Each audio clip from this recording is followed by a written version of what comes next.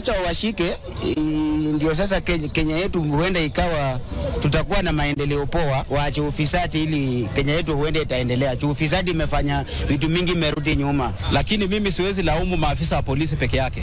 Na laumu pia wateja na pia wenye magari, conductor na dereva.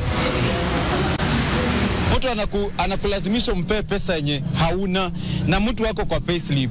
Kwanza vile wameshikwa hivi, mimi nataka kusikia next ni nini. Wasemi hiyo pesa wanapelekanga wapi? Wapo wako na mkubwa wao wanapeleka, kwa sababu kuna fununi inasemekana kwamba ili kutuma uende kwa barabara pale, mkubwa akikutuma lazima utoe ya macho.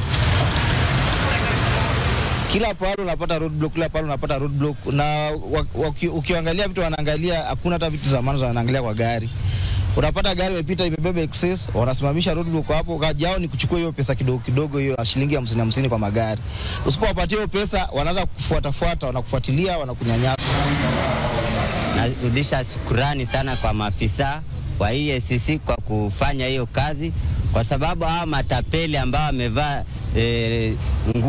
nguo za trafiki kwa jina ya serikali wametuibia sana.